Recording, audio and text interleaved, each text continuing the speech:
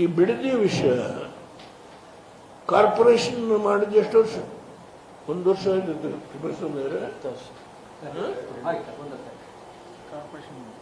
ಸಿದ್ದರಾಮಯ್ಯನವರಿದ್ದಾಗ ಬಿಡದಿ ಹತ್ರಕ್ಕೆ ಜನ ಕಳಿಸ್ಲಿಲ್ಲ.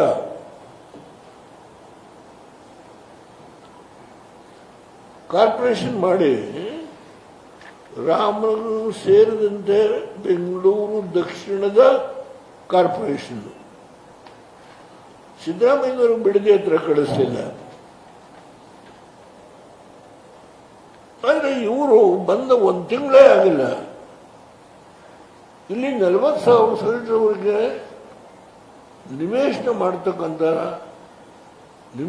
ಮಾಡಿರ್ತಕ್ಕಂಥ ಅಂಕಿ ಅಂಶಗಳಿದೆ. ಯಾಕೆ? ಇದರ ಉದ್ದೇಶ ಏನು? ನಾನು ಇದರ ಬಗ್ಗೆ ಗೊತ್ತಿದೆ. ನನಗೆ ಯಾವ ಕಾರಣದಿಂದ ಇದಕ್ಕೆ ನೀವು ಕೈ ಹಾಕಿದ್ದೀರಿ ಅನ್ನೋದು ಗೊತ್ತಿದೆ ನನಗೆ.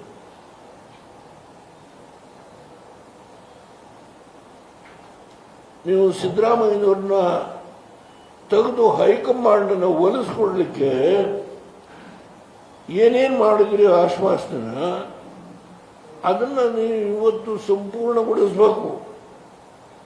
ಆ ಸಂಪೂರ್ಣಗೊಳಿಸಲಿಕ್ಕೆ ವ್ಯವಸ್ಥೆ ಮಾಡತಕ್ಕಂಥ ಮಾರ್ಗ ಈ ಬಿಡದಿಯ 7,000 ಚದರ ಎಕರೆ ಭೂಮಿನ ನಿವೇಶನ ಮಾಡಬೇಕು. ಇದಕ್ಕೆ ಗೌರ್ಮೆಂಟ್ ಗ್ಯಾರಂಟಿಯಿಂದ ಸುಮಾರು 12,000 ಕೋಟಿ ಮೇಲೆ, ಆಮೇಲೆ ಯಾವನ್ ಲೇಔಟ್ ಮಾಡ್ತಾನೋ ಅವನಿಗೆ 8,000 ಕೋಟಿ ಗ್ಯಾರಂಟಿ.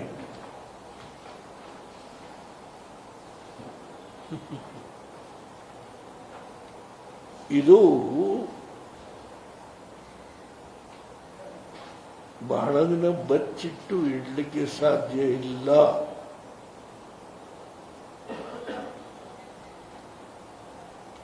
ನಾನು 24ನೇ ತಾರೀಕು ಕಾಗದ ಬರೆದೆ, ನಿಜ.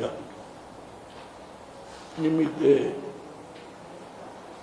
20 ದಿನ ಟೈಮ್ ತಗೊಂಡಿದ್ದೀನಿ ನಿಮಗೆ ನಿಮ್ಮ ಮುಂದೆ ಈ ವಿಷಯನ ಇಡ್ಲಿಕ್ಕೆ.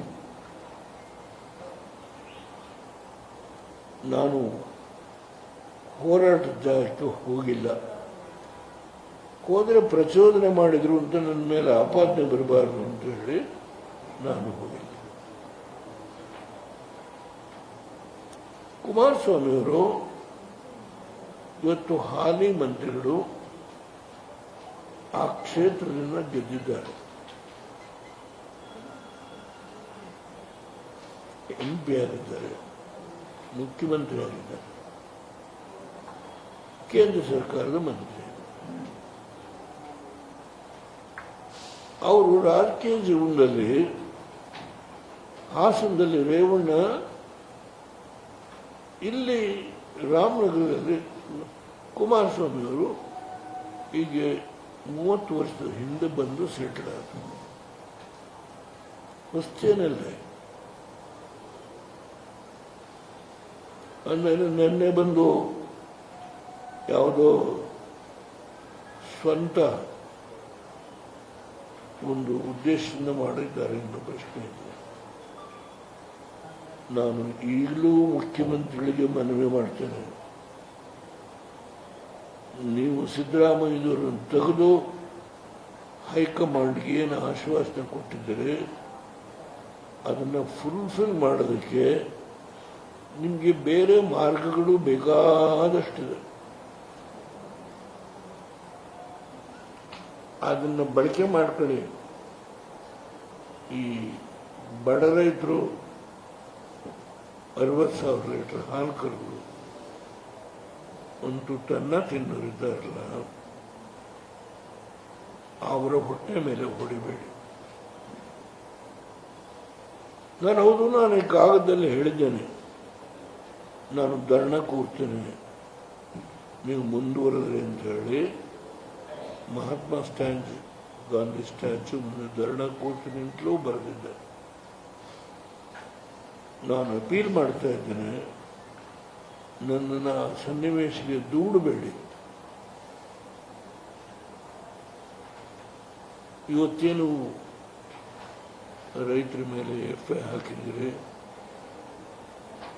ಅದನ್ನು ಮತ್ತೆ ಮುಂದುವರಿಸಿದರೆ ಆ ಒಂದು ಘಟನೆಗಳಿಗೆ ಸಂಬಂಧಪಟ್ಟಂತ ಏನು ಅಪರಾಧಿಗಳಿದ್ದಾರೆ ಅವ್ರಿಗೆ ನೀವು ಶಿಕ್ಷೆ ಕೊಡೋದಕ್ಕೆ ಬದಲಾಗಿ ನಿನ್ನೆ ನಡೆದಂಥ ಒಂದು ಪ್ರಚೋದನೆ ರೆವಿನ್ಯೂ ಅಧಿಕಾರಿಗಳ ಒಂದು ಕೋರಿಕೆ ಮೇಲೆ ನೀವು ಹೋದ್ರಿ, ಆಗ ಈ ಘಟನೆ ನಡೆದಿರೋದು ನಾನಿಲ್ಲ ಅಂತ ಹೇಳ.